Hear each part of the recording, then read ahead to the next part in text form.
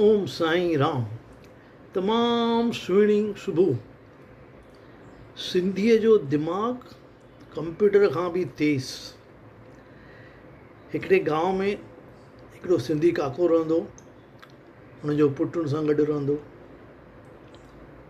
हिकिड़ो माण्हू उते गांइ विकिणण थो अचे, चए थो काका काका गांइ खपे, मां ससी थो विकिणां। हाणे गांइ वीचारी ॿुढी हुई, पर काके खे लॻो अगरि मां न वठंदोमांसि त हीअ कंहिं कसाई खे ॾेई छॾींदो। चईंसि पुटु ॿुधाए घणे में थो ॾीं? चईंसि 5000 में ॾियांव थो। 5000 त सस्ती आहे, ठीकु आहे, हुनखे 5000 ॾेसि थो ऐं चएसि थो हुते गांइ ॿधी छॾि, साइड में करे ॿधी थो छॾे।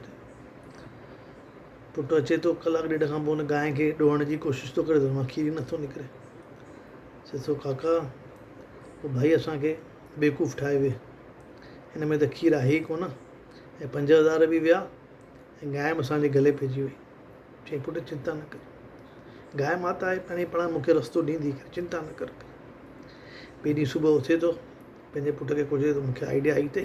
चईं छा? की सॼे गांइ में, सॼे गांव में वञी गॾिजी सभिनी खे चई अचु की असां लॉटरी टिकट था कढूं, 20 रुपया टिकट, ऐं जंहिंखे लॉटरी लॻंदी हुनखे मां इहा गांइ ॾेई छॾींदुसि करे।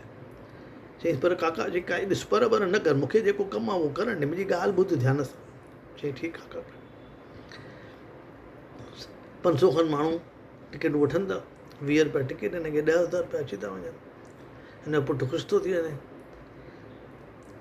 ऐं 2-3 ॾींहंनि खां पोइ लॉटरी कढनि था। हिकु माण्हूअ खे, रमेश खे लॉटरी लॻे थी, उहो ख़ुशि थो थिए, छो त मूंखे लॻे वई। हुनखे लॉटरी केॾा वठनि था, हुनखे चवंदा गांइ खणी करे तूं वञी कर करे। पुटु चएसि थो बाबा हीअ त सभु ठीकु आहे, तव्हां 5 जा 10 कया, पर हाणे हुनखे जो गांइ वञी हू बि त सुभाणे ॾोईंदो, हिनखे न वणंदी त पोइ छा थींदो? चई मां वेठो आहियां न पुटु, तूं चिंता न कर, मां वेठो आहियां। सिंधीअ जो दिमाग़ु कंप्यूटर खां बि तेज़।